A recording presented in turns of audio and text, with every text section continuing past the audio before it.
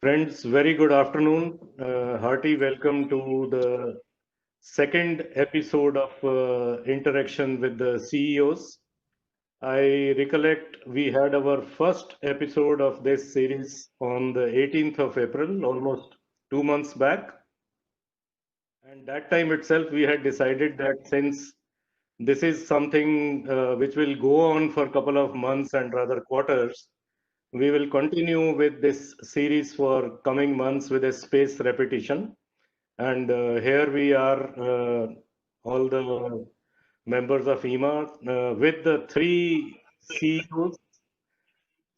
Uh, very nicely selected for you. I think by the time meeting is over, you will agree fully with me that what a great session it was. One feedback I got just yesterday from one of our very senior members, who is also, I would say, industry stalwart, that why have we named this title of the session as Cruising Through the Challenging Time? Because normally cruise word or cruising is used for enjoyment or free time. So his statement was that times are so bad, can you really expect us to cruise through it? So I was wondering, yes, there is an element of truth in his statement, but then I thought, looking at the profile of our speakers today, I think they are capable enough to really cruise us through this challenging time.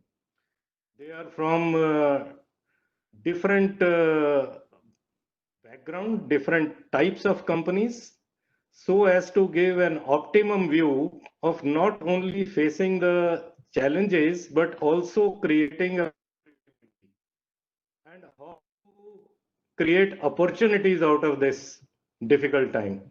I think that is the crux of the CEO sessions.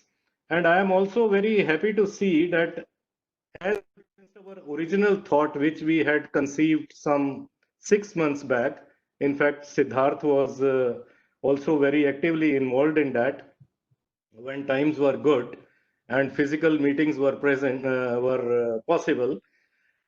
We always used to think that sometime in the month of April this year or so, we will conduct a CEO, All India CEO conclave, somewhere at some exotic location, Goa or somewhere, but that was not to be.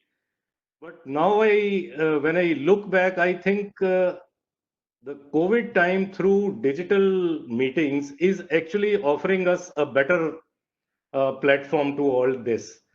Last time when we interacted, there were more than 300 participants in the CEO session.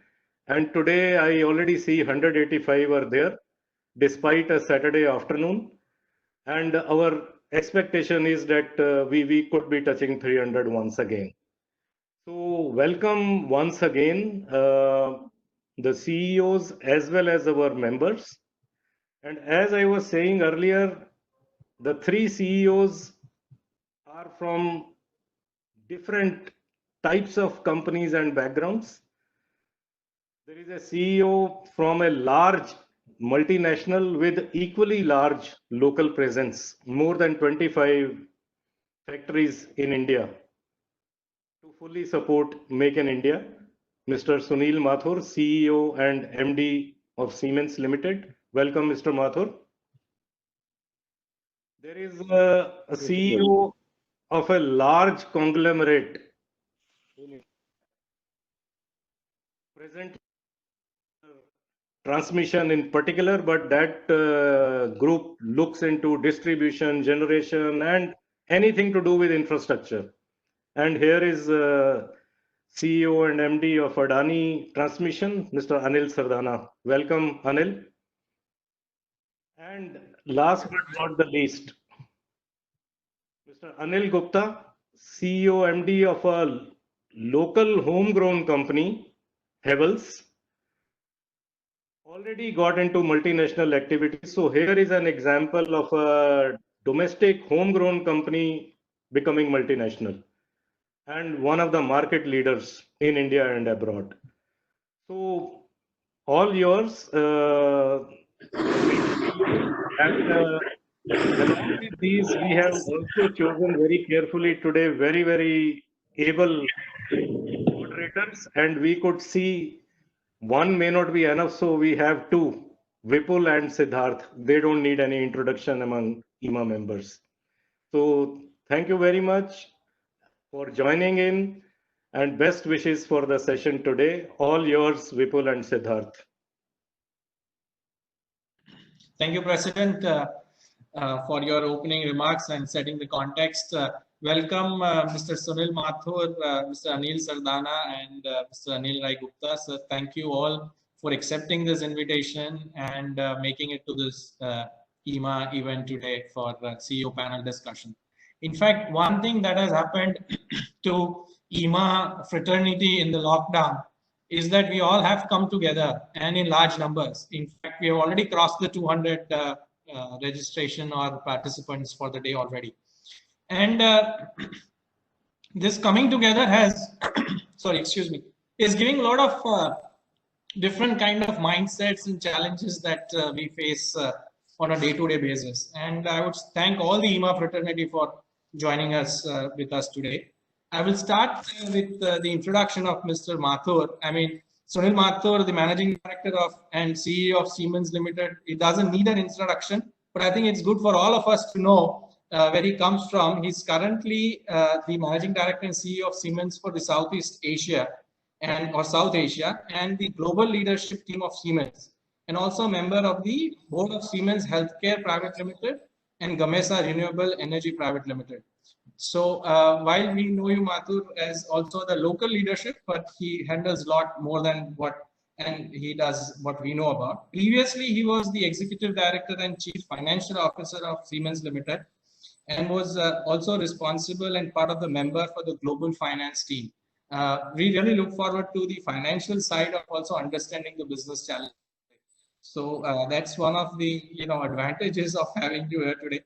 Apart from this, he has worked in outside India, in Germany, United Kingdom, and also United States. And while he was in Germany, he was part of many senior management positions, and he has worked in the power generation division as CFO also.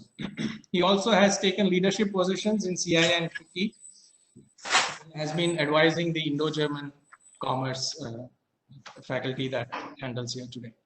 Mr. Mathur, with so much of global and domestic exposure, I would like to start today's discussion with you. And just to understand, if you can throw some light on what is the broad economic scenario that we are looking at. I mean, the lockdown in India is over. A lot of places across the world, it is over. But it is still phasing in and phasing out. Also from a local and a global perspective. And what are those 2-3 indicators that we should be looking at and put our parameters when we take our decisions going forward?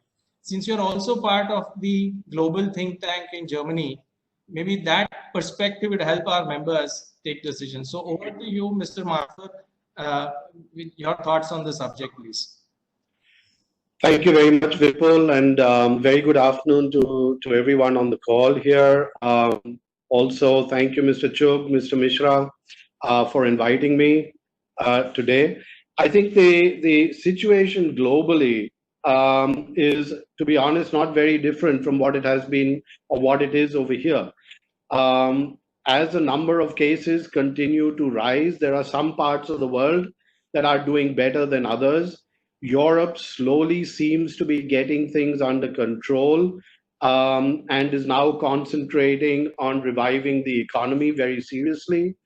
You've got America, which is not yet at the end of the curve. And to be honest, they're not really sure at what part of the curve they are at.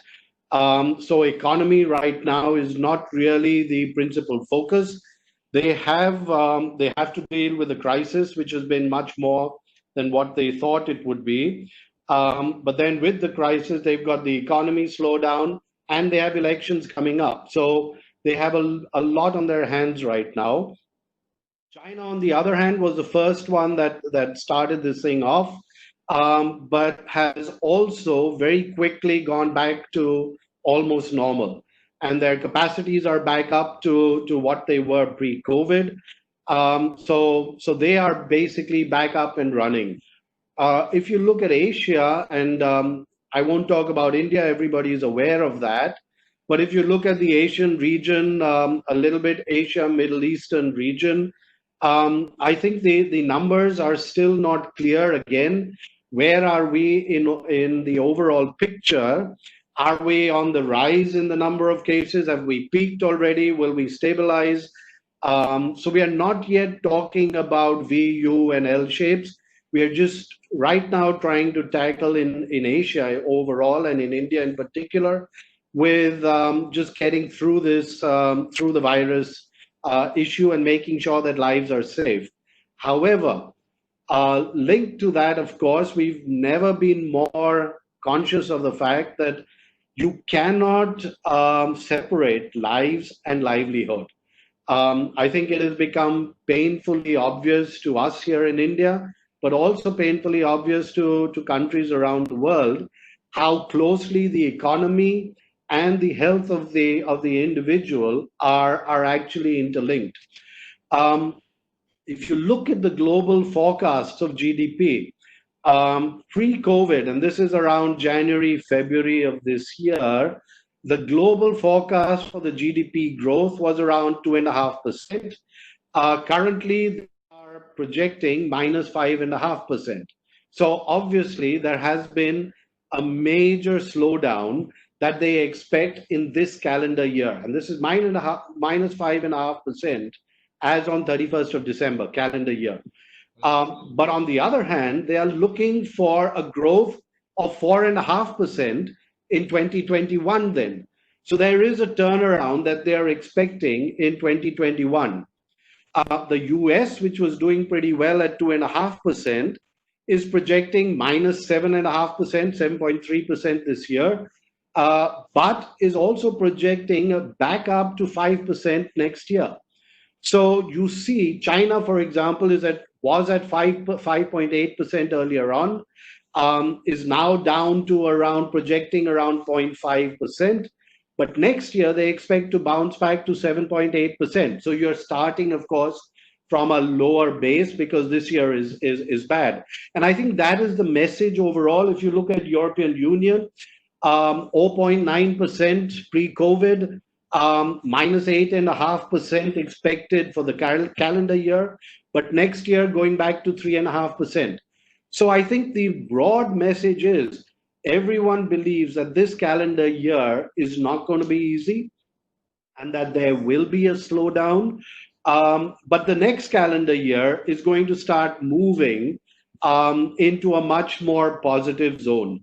And that is probably irrespective of whether you look at whether a vaccine comes or it doesn't come, people will slowly get used to the new normal. Tremendous stimulus packages have been announced all over the world, ranging from 3% of GDP to 10% in different countries. But most of them have been concentrating on liquidity and reduction in taxation. So most of the packages are really around that area. Some of the packages are kind of phased out, talking first about liquidity, then talking about supporting industry in some way with handouts, with support, direct benefits, transfers over there. But then in the medium long term, and that is moving towards mid of next year, everyone is looking at infrastructure revival. Everyone is looking at infrastructure revival as being the trigger for growth. So when you look around the world, and I think it's probably true of India as well, and you look at maybe the top 4 trends that I see coming around the world, let's start with the first one, which is obviously visible as a result of what has just happened, and that is digitalization. I believe the next couple of years is going to see a tremendous growth in digitalization, be it 5G, be it cyber security, with data centers, with artificial intelligence, with virtual reality, augmented reality, etc. So digitalization will change the way industry actually operates. And I talk about all of industry. I'm not only talking about getting your pizza faster, but really industrial digitalization. The second trend, which is probably more relevant to all of us here on this call, is decarbonization and decentralization of the energy systems. I believe there will be a much greater focus coming out of the experiences that we have seen in the last 2 or 3 years of how climate has improved with the lockdowns that have happened all over the world. There will be a greater focus on renewables, on new hydrogen technologies, for example, on efficiencies in the grid, on green buildings, green factories, energy storage, air quality, issues like that. So this will be, from an energy perspective, really the next major change. Last mile connectivity, decentralization will come in a big way as well. The third is from the industrial perspective. Companies will start looking at automation, virtual reality, Industry 4.0, Internet of Things, and of course, logistics will take a completely different meaning in the new world. So 3D printing, all of these will have a much greater push and have probably been pushed much faster as a result of the experiences of COVID. The fourth trend is urban transportation. I believe urban transportation, urban mobility will also get a complete leap change, and you'll be looking at much more of e-mobility happening, much more of digitalization coming into the mobility areas.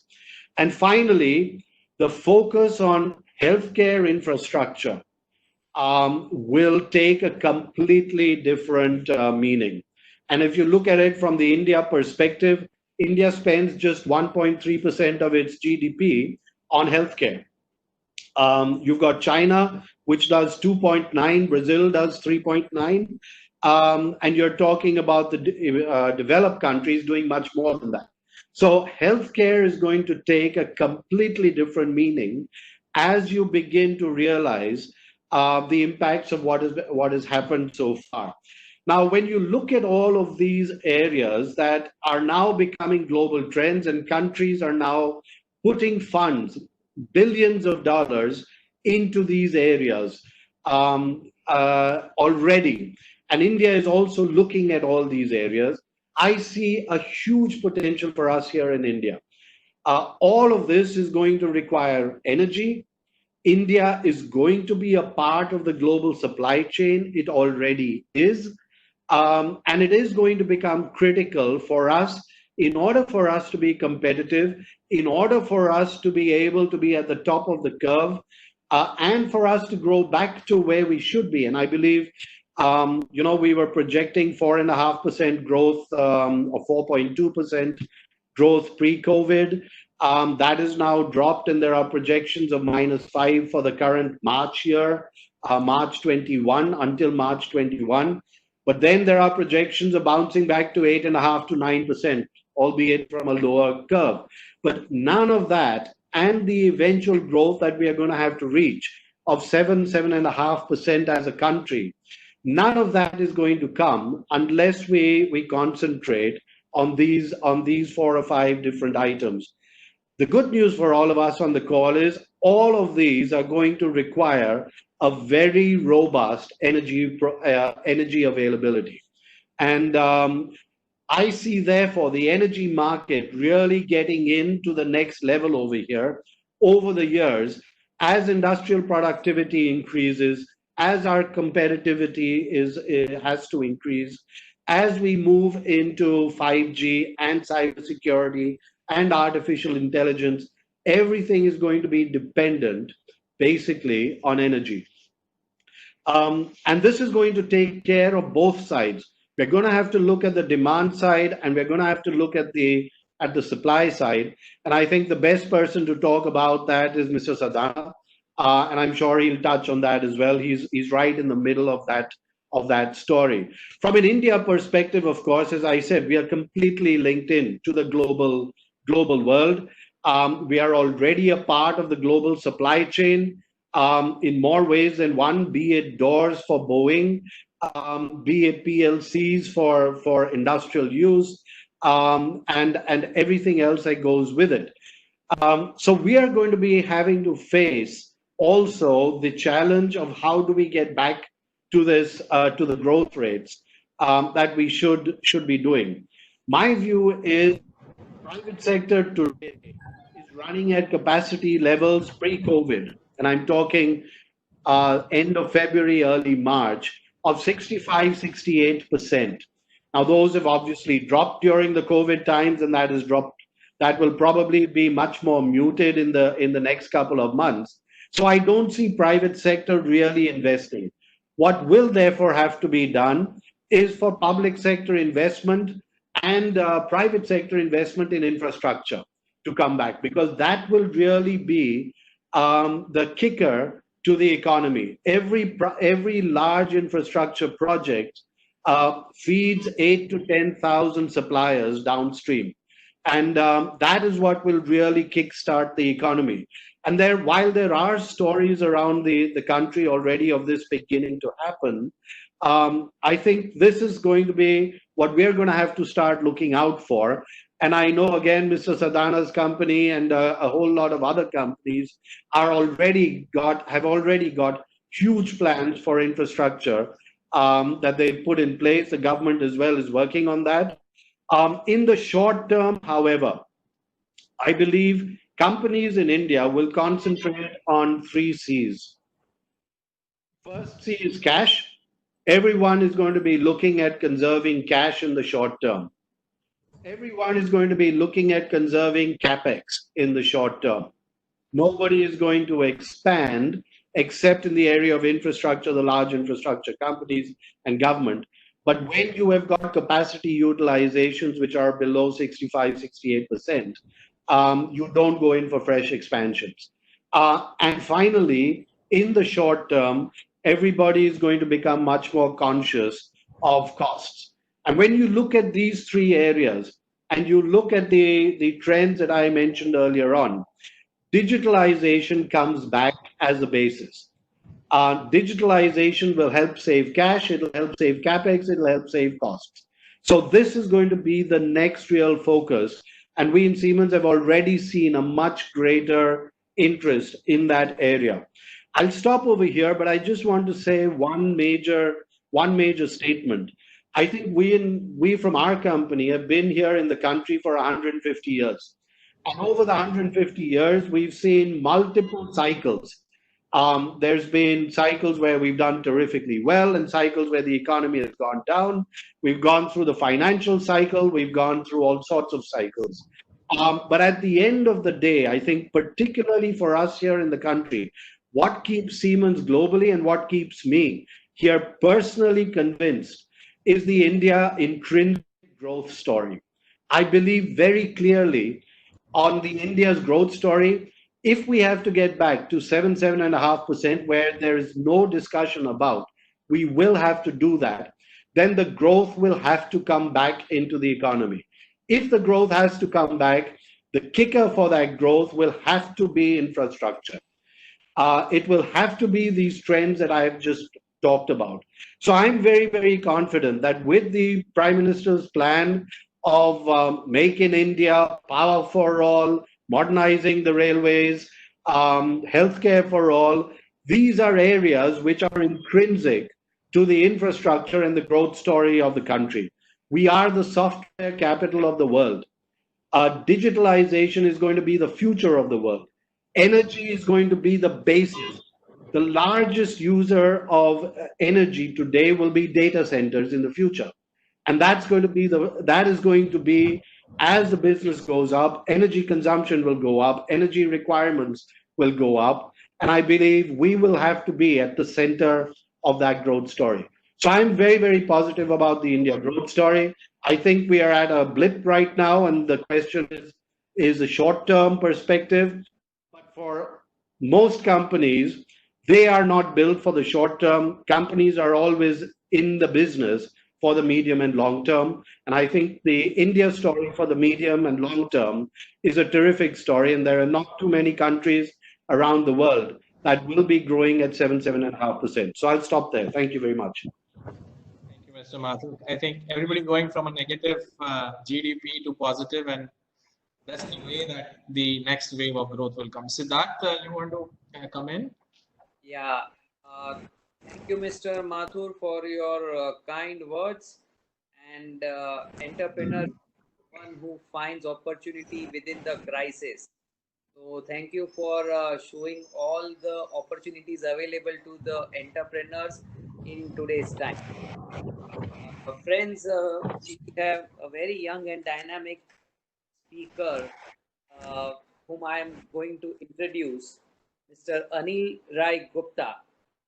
He is the chairman and managing director of Havells India Limited, one of the largest manufacturer of consumer electrical and electronic products in India. He joined Havells in 1992 under the mentorship of his father, late Shri Kimmat Rai Gupta.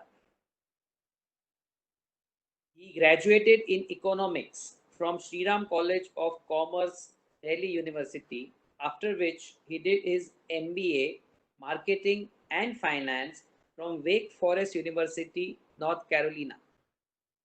He won the Academic Proficiency Award and was also given the Babcock Award for Excellence in Academics, Integrity and Leadership. And here comes the long list. He has been honored with CEO of the Year, Consumer Durable Category 2019 by Business Today, Entrepreneur of the Year 2019 by Forbes Magazine, Good Corporate Citizen 2019 for Social Welfare by PhD Chamber of Commerce, AACSB Influential Leader Award 2019 by the Economic Times Family Business Award 2018, Emerging Business Leader Award 2017 by All India Management Association. And friends, these are just to name few. Friends, apart from their business, he also actively contributes towards society and its need, mainly focused on children's health, nutrition and education.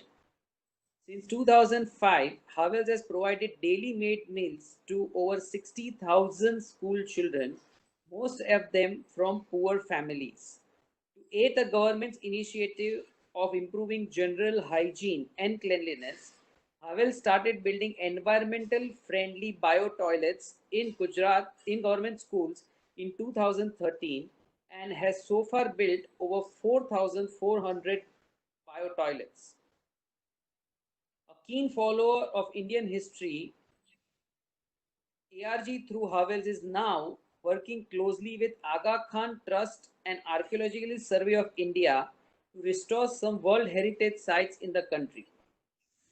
Authored a book on his father Havells, The Untold Story of Kimmat Rai Gupta.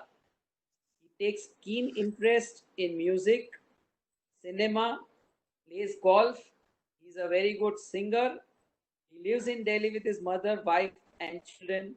Friends, please welcome Mr. Anil Rai Gupta. On to you, sir. Thank you very much, Siddharth, for such a lengthy introduction. I don't know where you got this from, but it gives me, thankfully, less time to speak on after such a dynamic speaker in Sunil Mathur. So Sunil's business is very different than ours. Our business, Havells, we are primarily a distribution and brand-oriented company focused on producing products both for the consumer as well as for the industries, but largely focused on the consumer. And we are distributed all across India. We also export to some of the global areas, mostly Middle East and Africa and parts of Europe. So I think, the topic for today, cruising through these difficult times, Sunil also mentioned that, during these times, you need to find the right opportunities. And I think while the whole world is fighting a big war against one enemy, sometimes it becomes difficult to think too much on the economic side, because your humanitarian thing comes in the fore. But then again, as corporate leaders, you are responsible for running an organization, and that becomes your true karma for managing through these difficult times. Last 2 or 3 months has been extremely difficult. Uh, as Siemens has seen 150 years of history in India, at least my working life of last 30 years, and whatever I've heard from my parents or even grandparents in the past, I don't think we've ever seen such a time, or we would never have imagined such a time. Anybody of where complete businesses are stopped, each economic activity is stopped. There are millions and millions of people migrating from one place to the other. I don't think people have seen these times in the past. And none of the corporates, I would say, were ready for this. Large organizations have to build their companies for risk management, or they run their companies for some kinds of risk which they imagine. But as I said, how can you prepare your company for a risk which you can't imagine? Right? You can think of commodities going up and down. You can think of demand going up and down.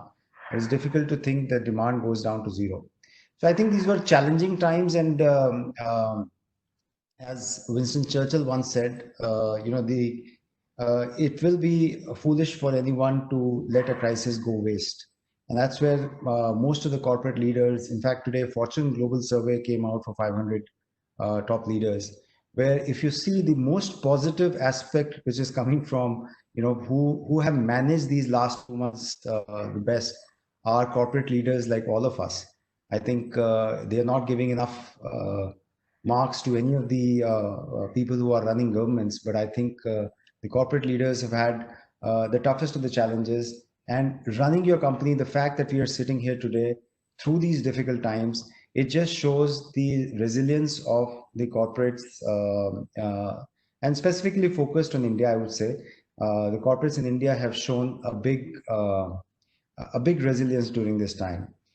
I still feel that, when we can talk about the various statistics of, where India's GDP growth will be, and I'm not talking about the global statistics, but especially about India.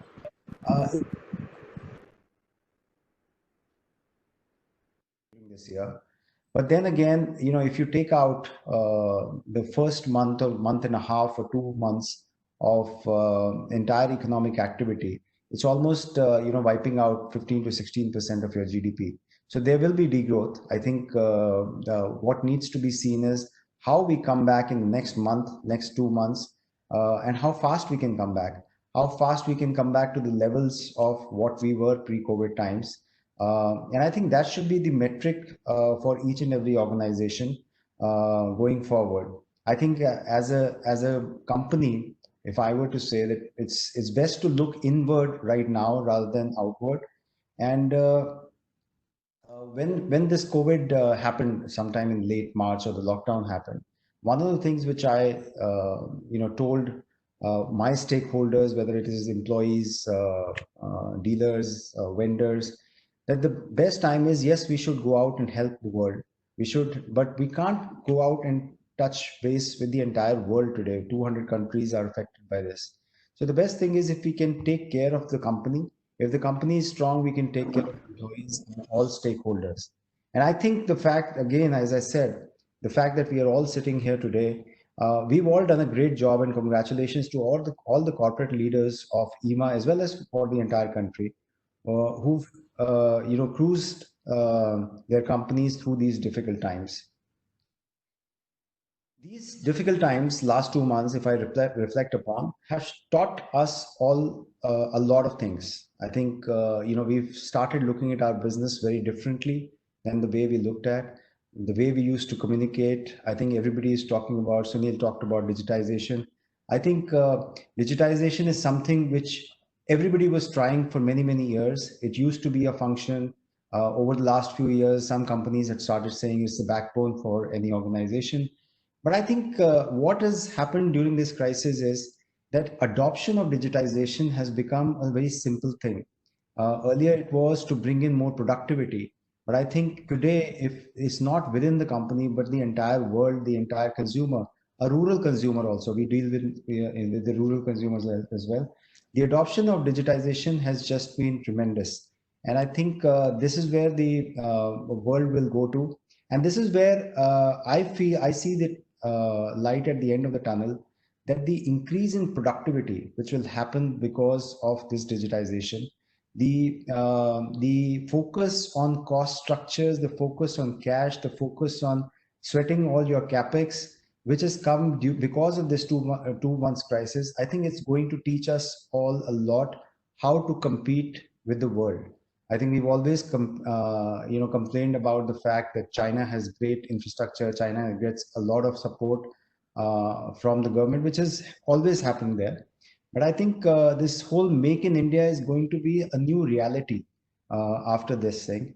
Not just because everybody started, hating China, for, if I can use that word, or the governments have started supporting.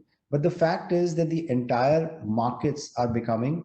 20 years back, Thomas Friedman wrote this book, The World is Flat, which meant that it's a global world. Today, I think the more and more we go, it's becoming more and more a local world. Whether it's a small kirana store, it's a small rural outlet, electrical outlet in a small town.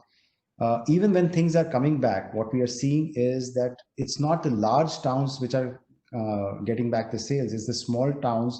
So people are now more comfortable to go to their local stores, not even the e-commerce sites, but to their local stores, because they feel so everything around them is their safety net.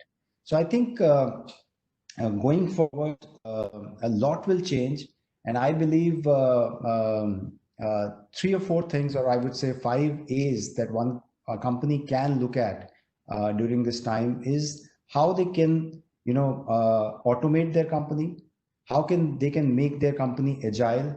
So availability, agility, affordability, accessibility, and automation. These are the 5 A's we can think about, and especially again as a company which is more distributed in nature, I would say availability and accessibility of the consumer is becoming a key factor going forward. Affordability, because people will now be looking at products which they can afford more, they would like to save more. So affordability will become a new trend. Agility, as you can see, what we also realized during this time is that local decisions, decentralized decisions, are far more powerful for organizations than centralized organizations. You see markets opening up, a Vijayawada market opening up at 5 a.m. in the morning till 9 a.m. in the morning. It's a local market which can decide that, yes, the warehouses will open at 5 a.m. and close down at 9 a.m. It's the local person, the salesperson, deciding on when to go and meet the dealer at 5 a.m. So the centralized systems and processes which the companies had made over the last many years, I think with automation, with localization, things will open up far more. And the companies who become more agile going forward, who think about increase in productivity of each and every rupee that they put into the organization, I think those are the companies which will succeed in future. Automation is definitely going to play a major role, not only in industrial activities, but each and every aspect. And as I said, the adoption of automation is going to be huge. Today, we are finding small rural retailers using the company app to place their orders, to make payments, which was not the case. That kind of adoption was never imagined even a couple of years back.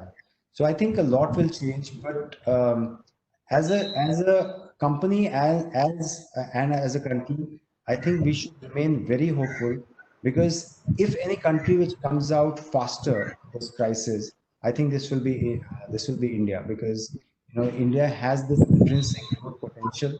I think there will be a newfound growth potential in the smaller towns, in the rural areas, and with this whole new talk about the localization and moving away from the globalization, it will create a lot of job opportunities in India, with more and more investments coming in. So these are my opening remarks, and I can then come back for question answers. On to you, Vipul. Yeah, thank you, Mr. Gupta. I think, like you said, things will become more and more distributed, and whoever comes out fast, that is going to be the key. So agility. Moving on to Mr. Sardana, just a quick introduction. Again, Anil Sardana is the Managing Director and CEO of Adani Transmission and Distribution Business. Before this, he was with the Tata Teleservices as Managing Director and CEO. And prior to the telecom stint, he was the Executive Director on board of Tata Power.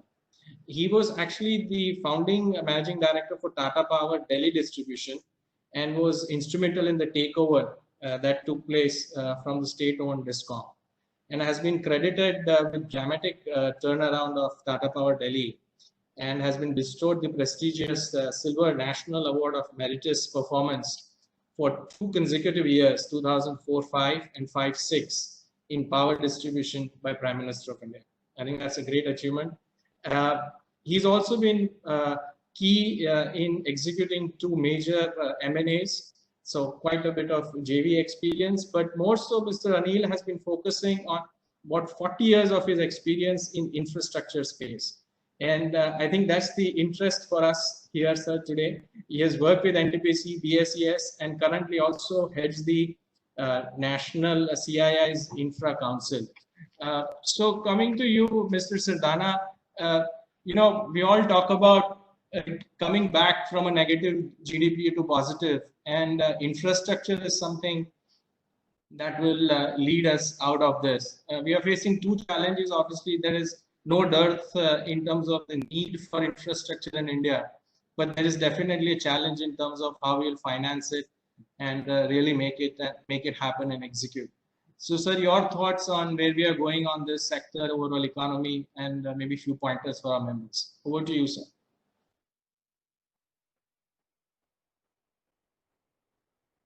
I hope I'm audible, Vipul.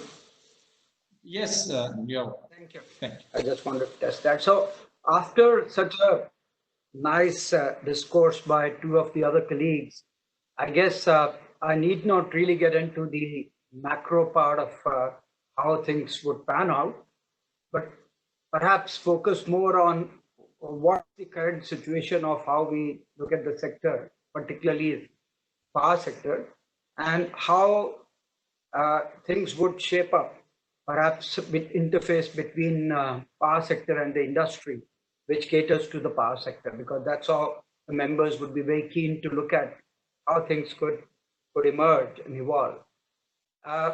You know, Sunil very nicely covered the global situation. Subsequently, Anil also covered how domestic things will look like.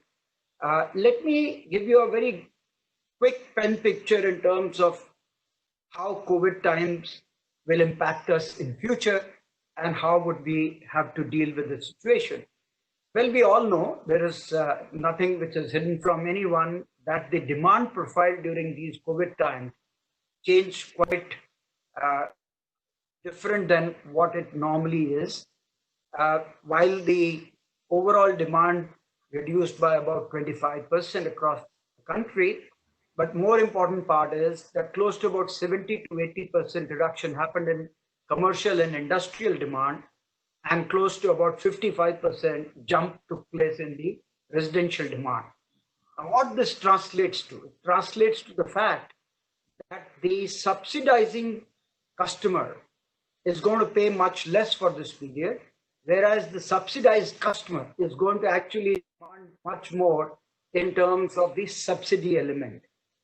Eventually, this would actually create ARR difficulties going forward for this current period, because the expenses will by and large similar. So what we did a simulation across 7 major states, DISCOMs, and then extrapolated that to the country's demand and found that we could be in for, if it's going to be a 4-year period gap in the current situation of how the subsidized and the subsidizing units are going to pan out, then we could have some gap like 50,000 crore to 60,000 crore in the entire DISCOM ARR, annual revenue requirement.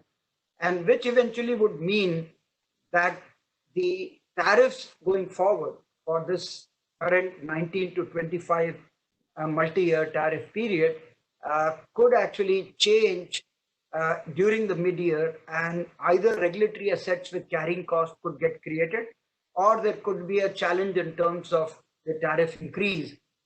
Now, but the positive side, while yes, these gaps are going to be bridged by the regulators either in this period of 19 to 24, or in all likelihood they will carry forward for 5 next years. The positive side is that we have at least convinced the powers be to ensure that the industry is not impacted. And to that extent, there is a comfort that can be drawn in the way we have all worked, along with ministry to get the amendments out of the stable of Ministry of Power. And the amendment to the Act is positive to the extent that now the dictum with regard to the tariff fixation will come from the principles embodied in the central tariff policy. So each regulator can't just decide based on the local challenges and the political pressure, but can actually, at the most, go within the realms that the policy will provide. So that's a positive side, because there is a clear commitment that the ministry has that we will make sure that the industry will gradually and within the span of next 3 years get closer to the cost of supply issue. So that's a very positive thing. And in such states where the industrial tariff, including states like Maharashtra, etc., where industrial tariff is higher compared to the neighboring states, I guess that change we will start to see positively. So that's a positive part. And these COVID times has at least helped us to get some of these things out of the ministry. As you all know, that the tariff policy, which was, or the tariff regulations, which were held up for a long time, more than a year, eventually have been cleared by a group of ministers. They have gone to the cabinet with all the amendments that industry wanted, and many of which were working very closely with the ministry. Most of them, barring just 1 or 2, have got accepted, and they are now waiting at the cabinet, and we are hopeful that within the next few weeks, the cabinet will endorse, and that's where then it gets the stamp for implementation. As far as the Act is concerned, earlier we had the promise from the ministry that this will go through the ordinance route and therefore will get implemented sooner than what most of us believed. But now what has happened is that in the last PMO review, or the Prime Minister review, it's been decided that they will take it through the Parliament, because they have actually, along with CII support, they have met most of the state secretaries and state ministers, because we have had multiple sessions with them. And it's been agreed that barring the issue related to the committee which selects the regulator, which was taking away the state's power, because there was a central committee that was getting created to select the chairman and the members of state commissions, that will be modified. Now it will be the perhaps sitting Chief Justice of the High Court, which will be the head of the committee in respective state. And as we are all aware, since the sitting judge is typically from outside the state, the Chief Justice, therefore the interference to a large extent could be protected. Perhaps that's you can say, a balancing factor between getting the state support and getting some of these things cleared. But all in all, it's a very positive set of amendments, and we need to support as an industry. And whatever changes that we have recommended, and the Ministry of Power is already sort of engaging with us, and we are hopeful that we will be able to get across that very soon out of the parliamentarian. So those are some of the positive stuff that we have seen happening during these COVID times. Let me take the tempo to the other level.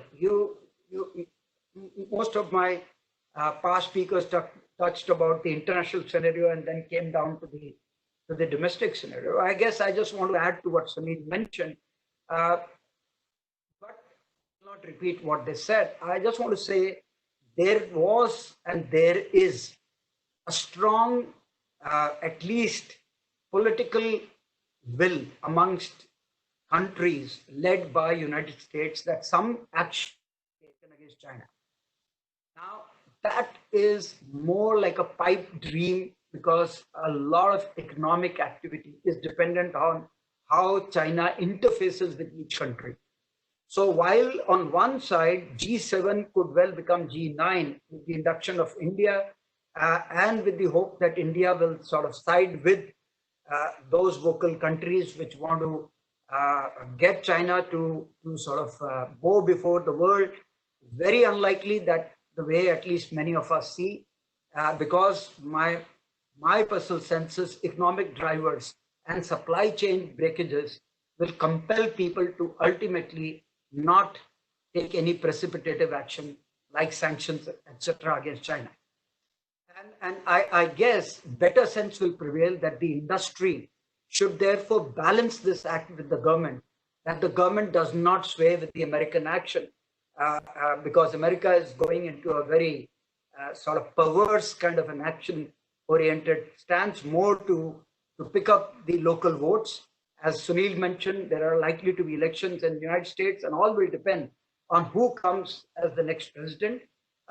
Normally, as Indians, we have never bothered about as to who Indians will vote and what way the tide will turn.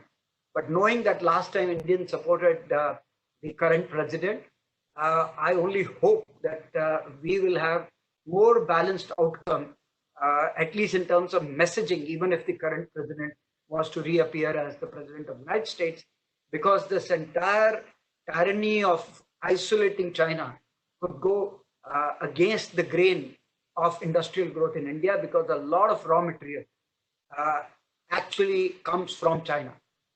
But at the same time, the flip side is, and Anil Gupta also alluded to the fact that there has been a learning that we need to look at inclusiveness. We need to look at inclusiveness to a point that he mentioned and alluded as saying people are more happy going to the local Kirana store and rather than going into, you know, big sort of marts and malls, for the reason that they are more concerned about the health issues, they're more concerned about getting their supplies on time, etc. So I think the messaging is very clear. Each person as individual, as well as industry, will have to look at inclusiveness to see as to how much distance from where my raw material comes, from how much distance does my labor supply come from, and how am I going to manage the inclusiveness? What percentage should I manage so that I am de-risked for all times to come? I want to warn the industry that this virus is just one concept, a symbolism of the fact that we will have repeat of such issues.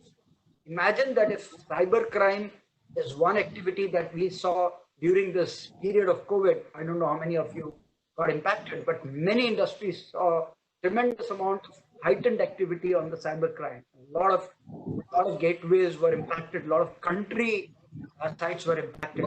You will now have many dirty minds who have perverse activities to their command to see that if one virus can stall so many nations and get the whole world stalled, why should we not use this to our advantage to blackmail people?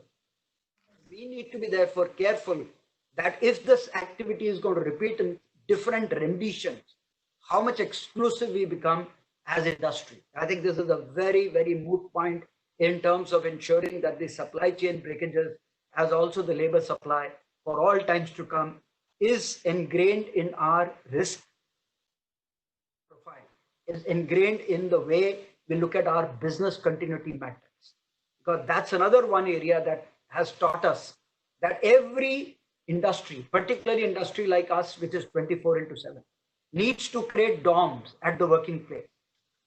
You know, you should know this, that in our transmission and distribution businesses, many places we quarantine people for over 60 days to stay in substation buildings, to stay in the places where they were, so that they did not engage themselves with the outside world and they actually were safe.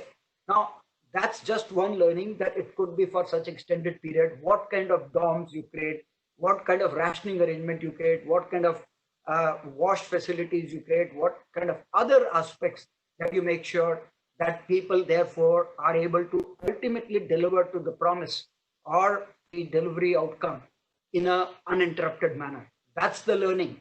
So BCP and disaster management is one hell of an activity that I would even encourage IMA or their members. They must make sure that the IMS standards that we have been pushing for in these areas are actually taken up by every member, every SME, and they should actually get themselves accredited, because we as a buyer of those services will actually will ask these questions from industry, that how much geared you are to BCP and disaster management issues. So I think that's another point that I wanted to say in terms of learning as to how we will connect with the internationalization to what will happen on the domestic side. As far as the demand aspects are concerned, I have absolutely the same opinion as my previous two speakers, that it's going to restore back. In fact, you would have heard Prime Minister himself saying to all of us during our CII session, very clearly telling us that I am behind you and you must make sure that the growth is back, and I will review this every 6 weeks with you. So the metamorphosis of all of this is the fact that we take it to the powers be if we have any sort of irrational behavior from the powers be or any irritants which is stalling our growth through the fact that we as infra committee or other members take this message across to Prime Minister and get resolution of those issues. Because one thing that we must admit, while many of us have seen lockdown, the government, at least at the center, has been very active and has been working during this period. And I must tell you that it's been my experience after 40 years of career that perhaps the efficiency of the government in the way they operated without Babu's not being there, and with Joint Secretary and above, or directors and above taking calls and decisions, many of the things started to sort of get precipitated in very short time. So I think those are welcome signs. Even they have learned this part.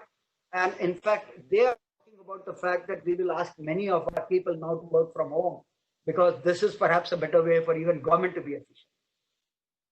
On the other aspects related to how digitalization will play a part, I don't think so. It's for anyone's guess in terms of the fact that this period has shown very clearly that internet is going to be the center stage of every guess thing, and we will have more and more things which will start to therefore be automated and which will start to see. We are, in any case, all of us are blessed that we are living in times when you have aspects like IoT, artificial intelligence, virtual reality, data analytics, all of that really blooming into something very significant. And it's our good luck that we are going to see all of that really coming to the help of mankind and to the help of how we do things. As far as we as a group are concerned, I can tell you that we have very ambitious plan across all the spectrum of activities that we exist. You have heard, based on the industry interface with the Ministry of Power, that the union territories are going to be privatized through public-private partnership route soon. I can also give you indication of the fact that besides that, we will have states like UP, Karnataka, Madhya Pradesh, and some of the Northeast states also reforming their distribution business. So a lot is going to open, and that will give you opportunity to interface along with the private sector to get many more projects, because CapEx is the need of the hour. And therefore, that is going to be something very, very positive. And my sense is that the first awards will start happening by the turn of this year, which is the last quarter of the current financial year itself. As far as the next part is concerned, in the transmission, it's going to be anybody's guess, because if you're going to do additional 350 gigawatt of renewables, it's going to all come into areas which are going to be away from the consumptive center. And therefore, the transmission line is an obvious need along with substation. And therefore, that's going to move and drive everyone nuts. In fact, you must really gear up to catering to that stuff, because you should also know very clearly that there is a major Make in India drive That's also happening at the simultaneous time. In fact, the Government of India has set up a committee under Niti Aayog CEO. It's been just announced last week, and which has secretaries from Ministry of Finance, the concerned ministry, and that's going to look at actually creating several hubs where international investment will be invited, and so would be invitation to Indian industry to scale up as to how much more they can scale up for Make in India program. So this time it's going to be real for whatever learning that has happened in the 6 years of the current government in terms of why Make in India didn't succeed. So you would see that inclusivity really coming to the fore by virtue of what work we are at least doing with the government at this day and this point of time. So transmission, substation, and distribution I've already talked. In terms of generation, two aspects will happen. While very clearly renewable is going to be the order of the day, and as you all know that more and more is happening. At least in this group, we are clearly going to be 25,000 megawatt by 2025. And that's going to be a big ramp up, but others will also have similar ambitious plan. So, and there is going to be a lot of Make in India there too, in terms of how that renewable will get catered to. So that's going to be a major part. And of course, while there are no new coal-based stations, very few ongoing stations will happen, but the opportunity to de-stress some of the assets will certainly be there, because the storage battery is at least still, if nothing else, 5 years away from today. And one will have to therefore, in those times, consolidate the coal-based as the base load requirement that's going to continue to be pursued in the way it's happening. And of course, I echo what Sunil mentioned, both storage and hydrogen is something that people have to continue to keep their ears to the ground to understand as to what way that's evolving and that what way it's going to provide solutions. So those are, of course, aspects that many of the industries, including Siemens of the world, will perhaps be instrumental in bringing to India, and we look forward to that. And perhaps the Olympics 2020, which will happen in June 21, will show us a big display of hydrogen economy there. And that will be good for many industries to replicate in terms of what you will see. Because right now what you talk about is only some train being run, some fuel cells happening, some cars and trucks being run on that. But what you will see there is going to be a much larger display of how hydrogen can be used and stored as well. So, and I guess that will be equally a great opportunity for industry to change the paradigm in terms of what they produce and what they make. So I'm going to stop here in terms of giving you the perspective around GTD as to how it's going to evolve. And if there are any specific questions, very happy to take those. Thank you, Mr. Anil. We will come back to you for questions, but you are right, the structural reforms have happened from the subsidized to the unsubsidized. That change will happen, but the Electricity Act, and we really welcome that. And we also see that the government is going very fast in decision making. Also, what you talked about, the new ecosystem, so we'll be connected, but yet, take care of the local supply chains. And more importantly, a message for our members to take care of the disaster management. So we are ready to, gear up and come back when the demand is there for all the sectors. Thank you. I will ask this question if Mr. Mathur, sir, this is something that is a big challenge to the MSMEs. And, you talked about the 3 C's, and that's where I'm coming from, that you should cash, capex, and costs. What happens is when you are running a small business or a medium-sized business, you tend to cut out, take decisions in the spur of the moment. The R&D goes for a toss, or some, long-term projects are shelved. You have a huge background on strategy and finance. Any inputs or do's or don'ts for our member companies during this crisis period? Thank you. Well, I think it's important to keep the long-term perspective very, very clear. We need to be clear that this is only something here for the short term, and there will be a day after COVID as well. And at that point in time, with all the opportunities that Mr. Sardana just mentioned, that Mr. Gupta has just mentioned, etc., we need to be ready for that. It is also clear that the same way of doing things in the past will not take us to where we need to get to in the future. So while the immediate requirement is, yes, you need to keep your head above water and therefore cut costs, it would be fatal to start cutting costs on R&D, on innovation, on your sales activities, on your growth initiatives, etc. This is what will actually prepare you for the day after. So I think the clear focus right now has got to be on taking out discretionary spend, looking for better ways to do things, digitalizing your operations as much as you can, because that's where you will get the efficiencies, you will get the flexibilities, you will get increased quality, you will be able to reduce time to market, etc. And that's what, and cost, and that is what will help you today. But you have to be ready for new technologies, for new business models, and also for the new world that will emerge. And that can only come if you continue spending on R&D, innovation, new business models as well.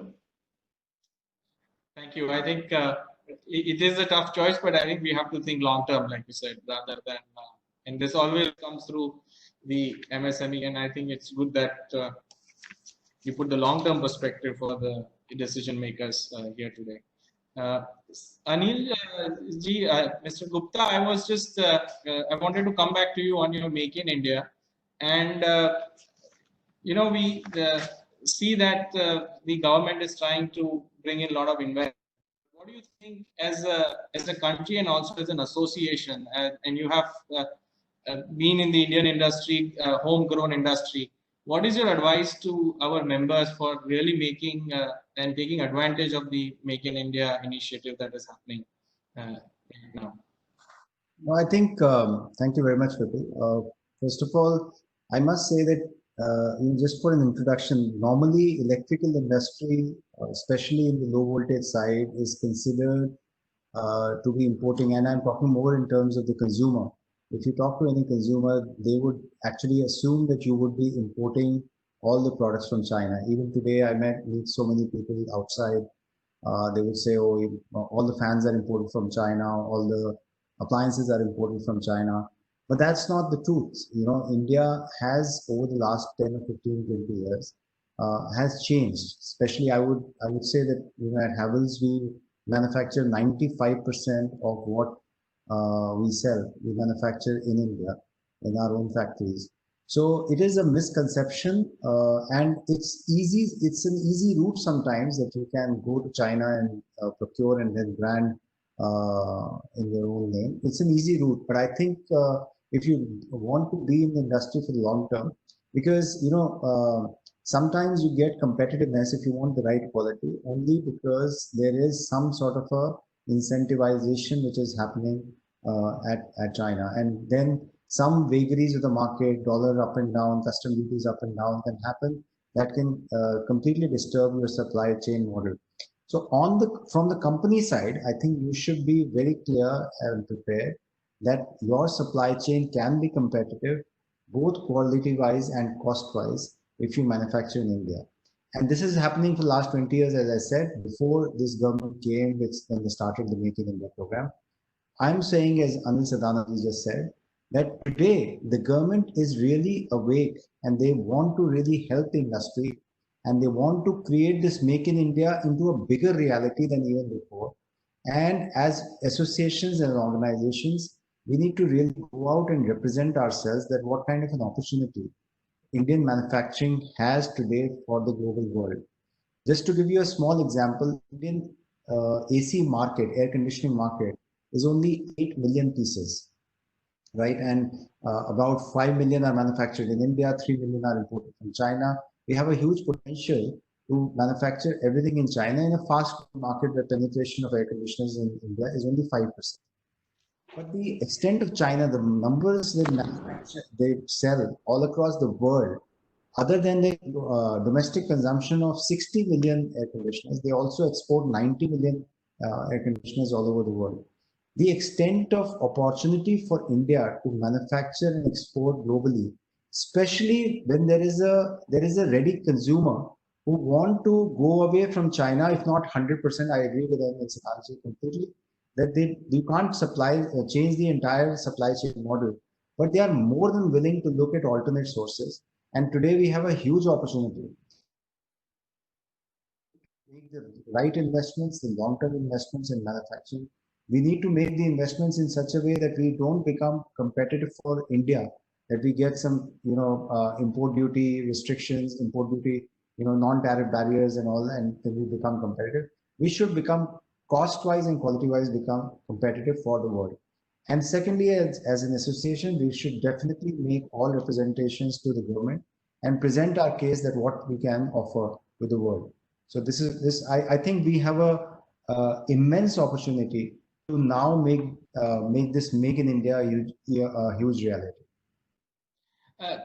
Sir, this is a question specific to, because you work in the low voltage and there is substantial Chinese import happening. Do you see that this, obviously right now the supply chain are disrupted, but you see a subtle shift at a local level where an Indian brand has, or you see less of imports? Is there a feel yet or not? This has been happening over the last few years. Definitely post-COVID, there will be a huge shift from for the supply chain to shift from China to India.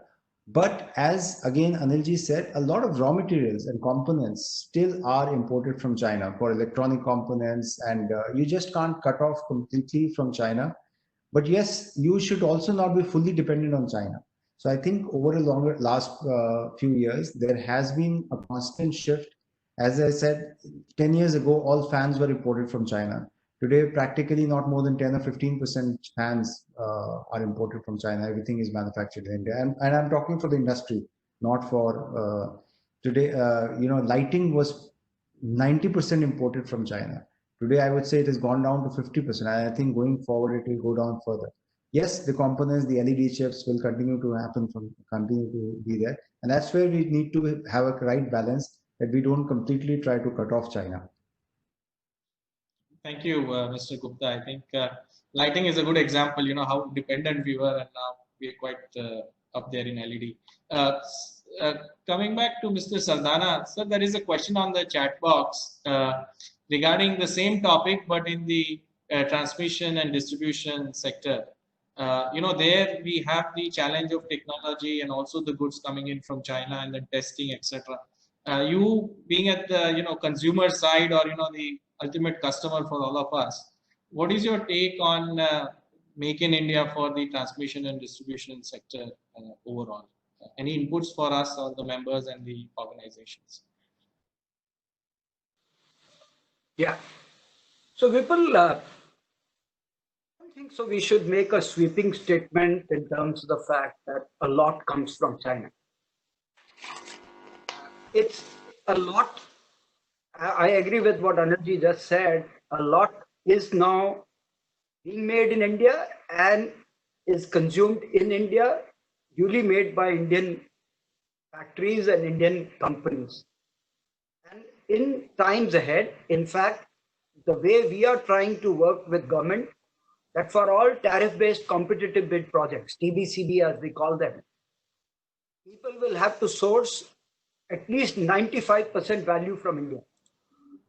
Now, that's being done with the objective that since these, and the point that we are trying to say is not blindly the fact that we are becoming anti-China or anti-global sourcing. What we are saying that both renewables as well as transmission assets will be on ground for at least 50 years. Solar, wind requires the EPA to be fulfilled for 25 years, and transmission assets fulfillment is for 35 years by the agreements. But the longevity that one can pursue is further longer, because I have worked 40 years I've seen build those transmission assets that I did first time in NTPC. They are still working. None of those assets that we built in NTPC for evacuation of Singrauli Korba are out, and we commissioned those assets way back in 1981. So I am making that point that the assets live longer, and where would those sources be if those are from that country? Because if they were from US or from Europe, yes, one could imagine that those countries have also been for long years. But how do we really deal with issues if it's going to be from China? So I don't think so. We will have that issue. I see that some people are saying that the voice is breaking in between. People, I was suffering that when you were speaking. May I make request to members if they can actually get their videos off, because eventually perhaps the system is not able to take the bandwidth.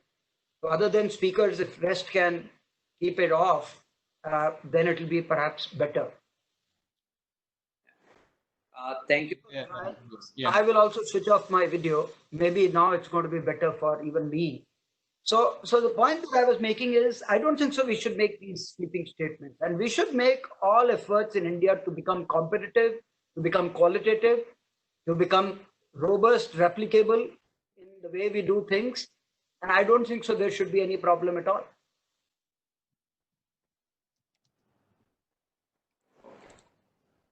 Thank you, Mr. Sardana. I hope I'm not. Yeah, thank you, Mr. Sardana. I hope I'm audible. I was out. Your bandwidth is also a little sketchy, but maybe you can ask some questions from the audience. That would be nice. Okay, I have one question. We'll start with me only for Mr. Gupta. Sir, you said you are operating in more than 200 countries and you're also catering to urban as well as rural market. You said that this is the time to look inside. Can you highlight some of the changes what you have made within your organization to meet today's requirement in terms of digitization, in terms of operations? What kind of changes you have done within your organization?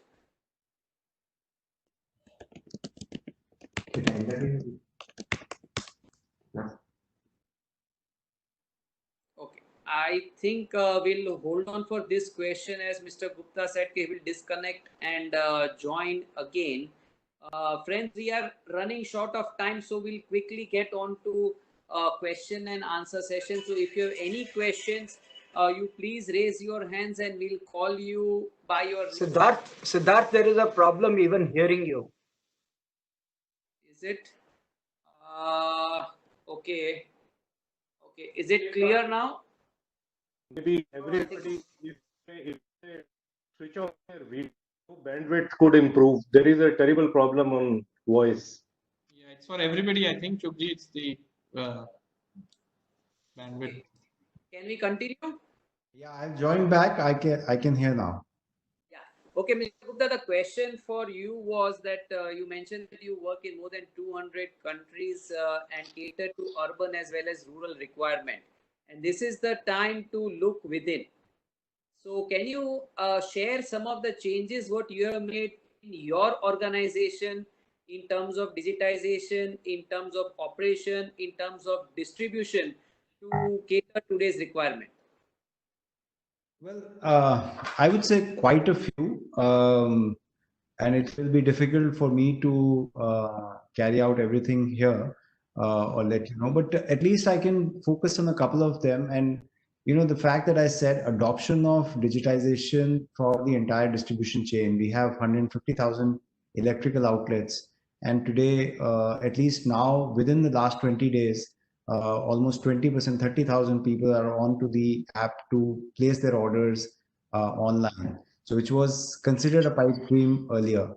So adoption of digitization, distribution in the sense that the way I think this whole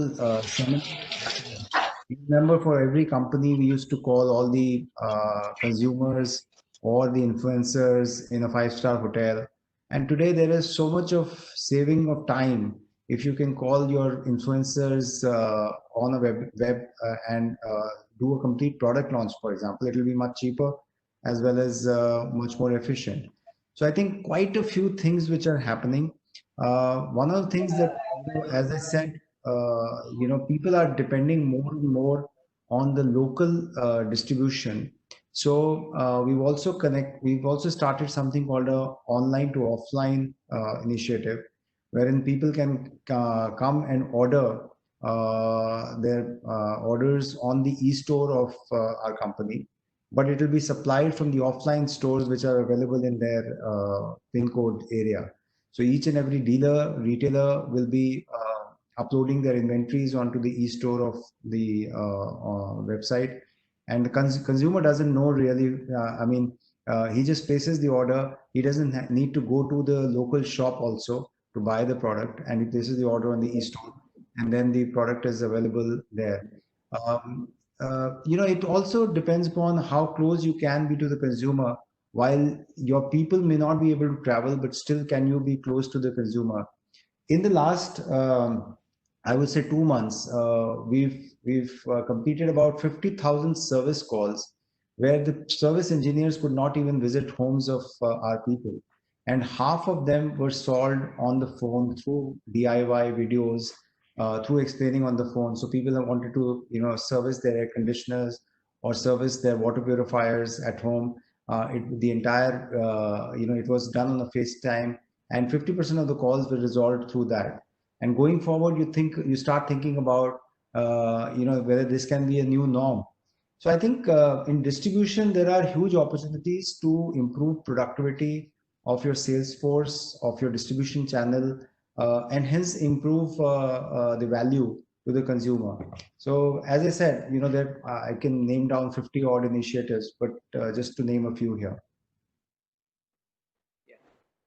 Thank you, Mr. Gupta. Now the house is open for everyone to ask the question. The first question which I have received it on the chat is for Mr. Mathur.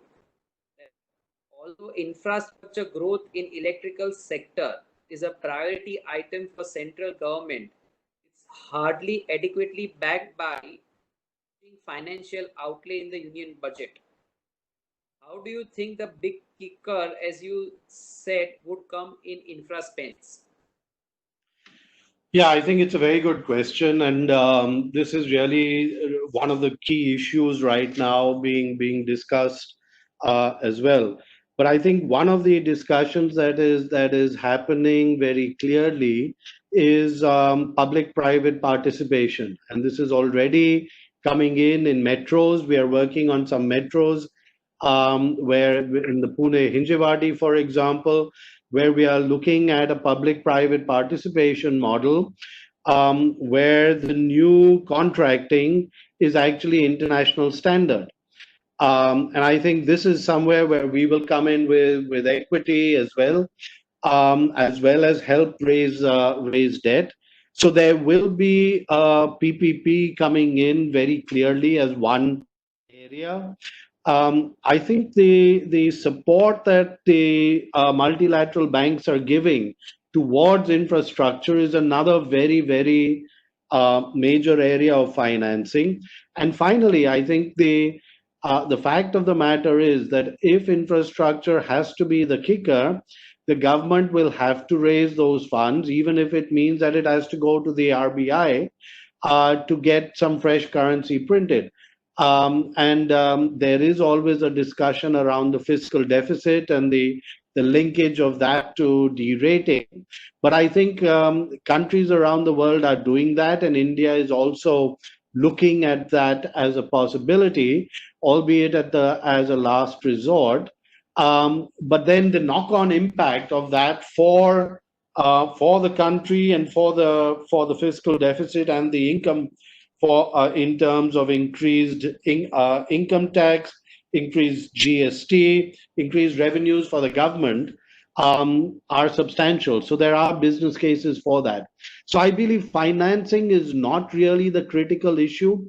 Today, banks are flushed with funds, but are not lending because they are very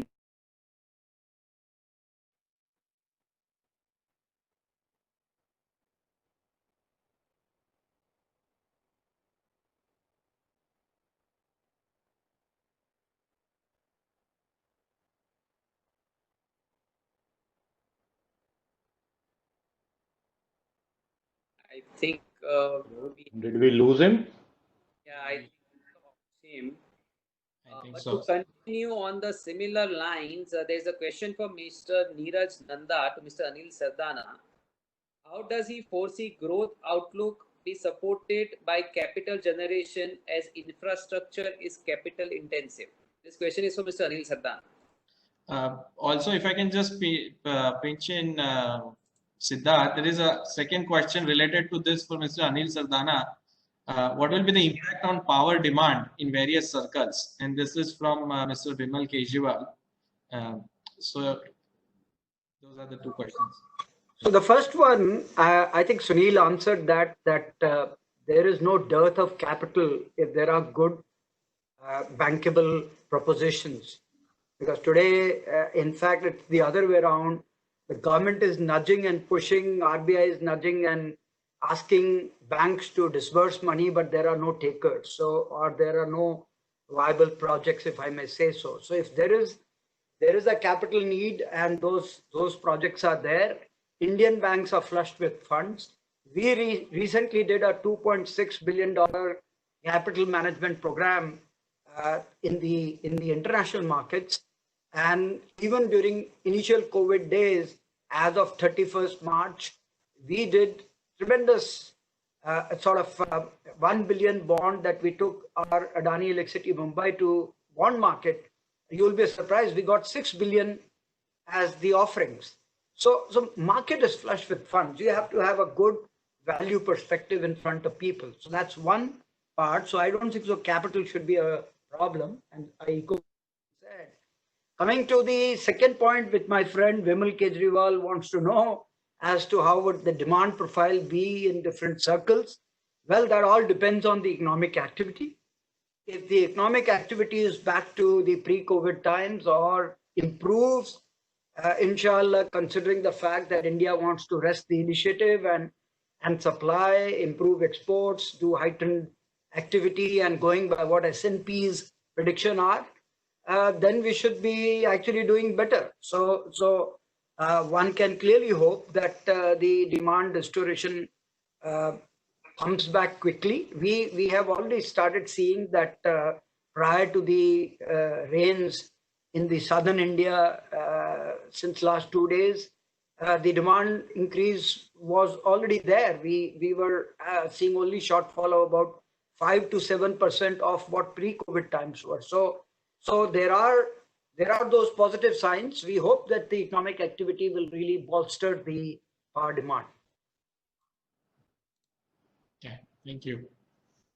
Siddharth? Siddharth, you're there? Is there? Yes, I'm here. Yeah, Mr. Mathur, there is a question for you. Sir, do you feel due to renewable energy and distributed power sources will impact the huge transmission lines requirement? Is there any threat? I don't think there's a threat. I see it as a huge opportunity. It will make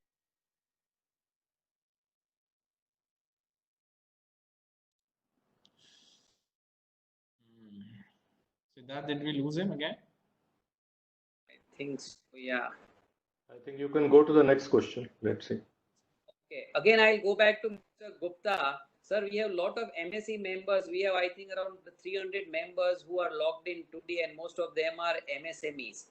In today's time, there is going to be a great challenge in terms of labor, in terms of supply chain, in terms of cash. So what advice do you have for our MSE members to cope up with today's crisis? Well, I would say I think the biggest part of the crisis has been covered. I think March and April were the big crisis periods when economic activity completely comes down to a halt, when there is no cash incoming and you are not able to pay salaries or to your vendors. That's the biggest time, which is a big concern. I think economic activity has started to some extent, depending upon the kind of industry that you're in, depending on the kind of area that you're in. So at least we are back to something than before. And this is where, we need to keep our belts tightened up for quite some time. As Sunil Mathur ji said, ki conserve cash, control on costs, and keep your cash flows completely in control. At this point of time, it's not important whether we are making money or not. It's important that if we have our heads above the water or not. And I think in these times, agility is extremely important. Ensuring that we have enough cash on the balance sheet, even to the extent of increasing your credit lines from the banks if possible. Whatever support the Indian government is trying to give in terms of extended credit to the MSMEs, shore up your balance sheet as much as possible. Because while we are coming through an economic activity, there could be some more pain for some more time. So while we are seeing some activity, let's say some industries are seeing 50% activity, 60% activity, it could be possible that it could go down to a W curve, that we start seeing something and then it starts going down. So be prepared for any eventuality.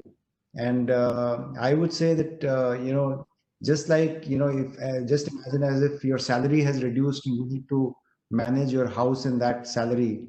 I think that's how we would need to run the industry for the next 3 or 4 months till things start coming back to normal. And labor is definitely going to be a challenge. Your cost of labor can increase to retain labor. And I think this is where, you may have to balance it with the demand as well as the supply of labor availability. So that's going to remain a challenge for some time. Thank you. I think we have Mr. Mathur again. Sir, if you could highlight your views on impact of renewable energy on the demand.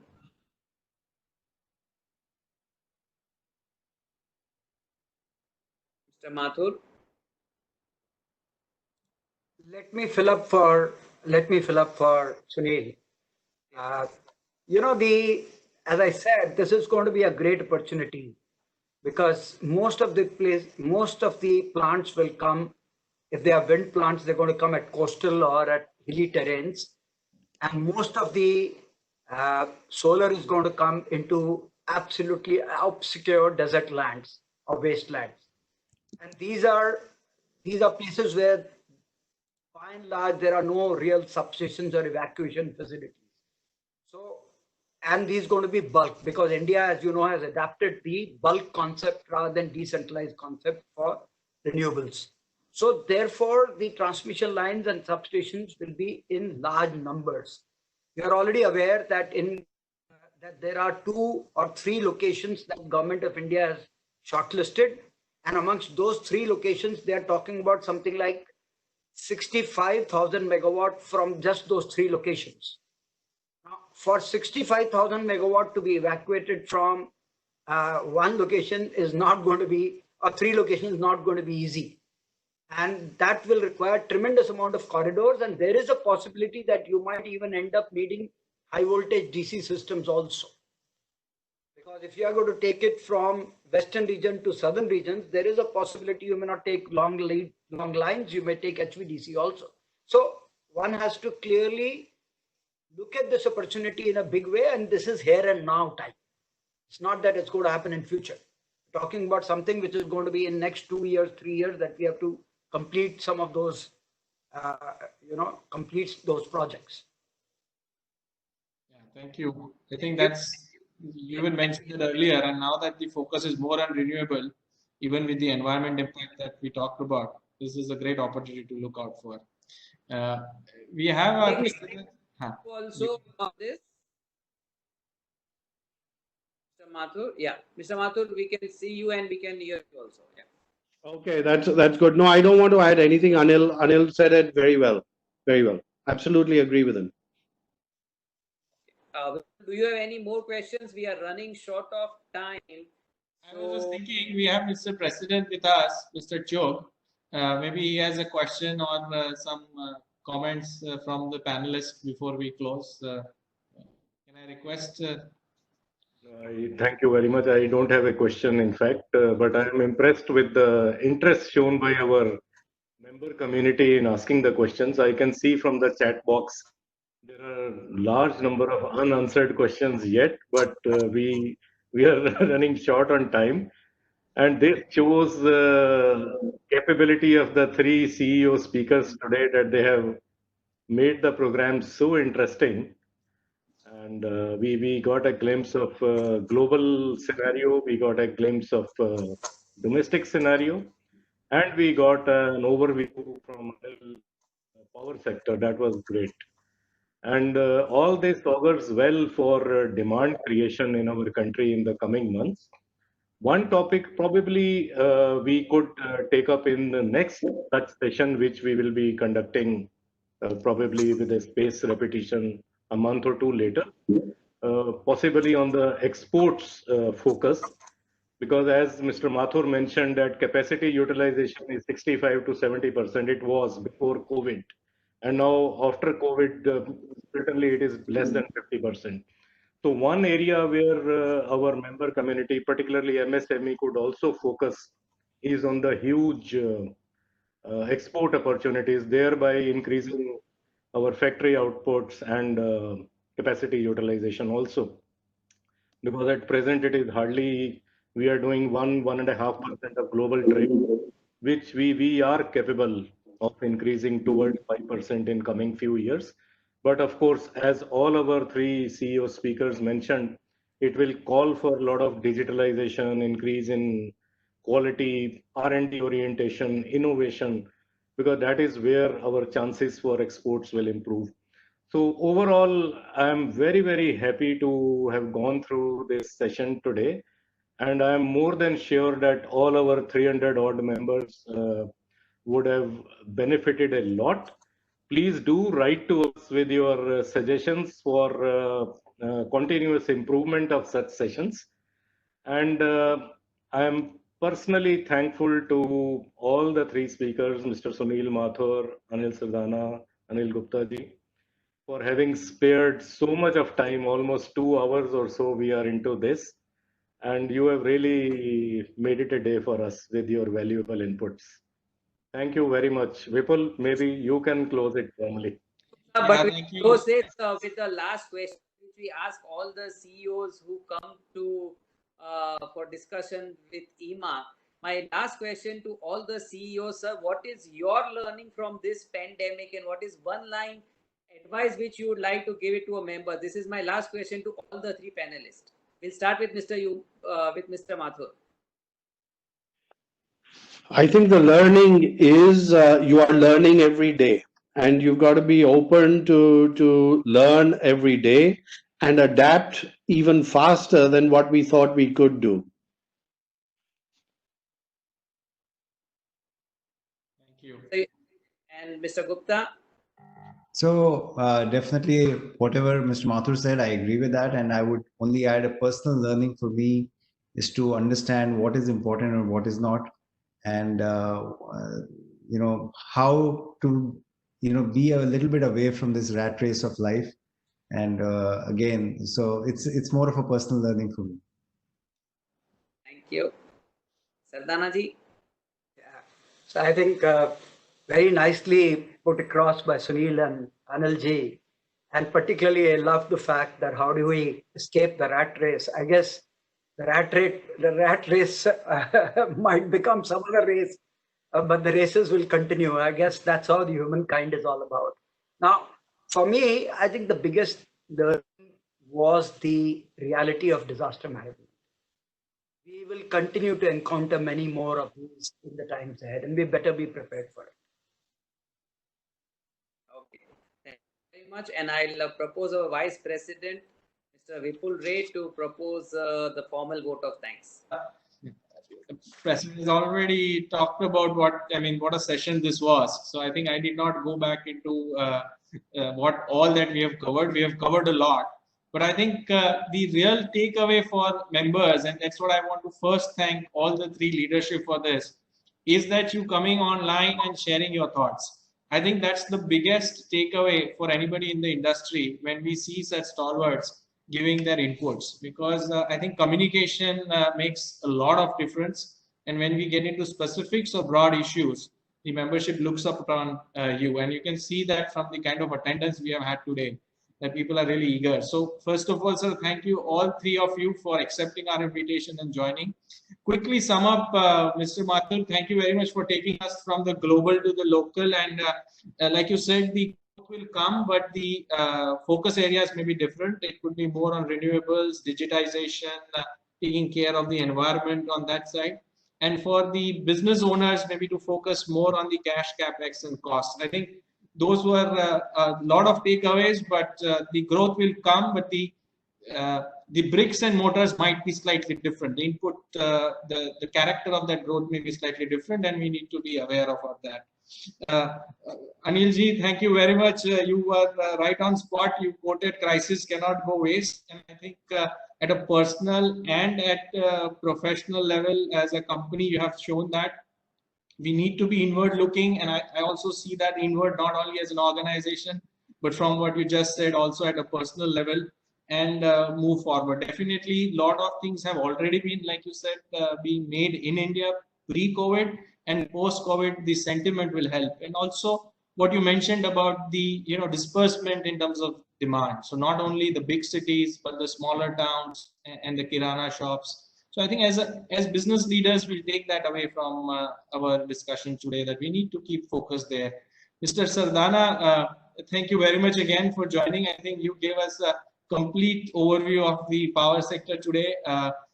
Yes, we all are very happy the way the Electricity Act is coming, and all the subsidized versus unsubsidized, and then the tariff restructuring that might happen. So we really look forward to that. The demand will come. You are very clear in all the three sides: transmission, distribution, and generation. So that's kind of a good takeaway for us. We need to create new ecosystem, and like you rightly said, and I take it from what Mr. Anil said and also what you said, that we were not ready for a situation where there will be a zero demand, and how do we manage risk. But you have said very well that going forward, risk management, disaster management will have to be one of the key portfolios that we as manufacturers take going forward. So a lot of inputs. Thank you all. Thank you to all the members for joining in, and you've given a lot of time. So all the best, and wish you all be safe during these times. Thank you, Siddharth. You want to for making So I just like to say thank you to all the three speakers today and all the 300 participants who have joined. Thank you very much, and the meeting is adjourned.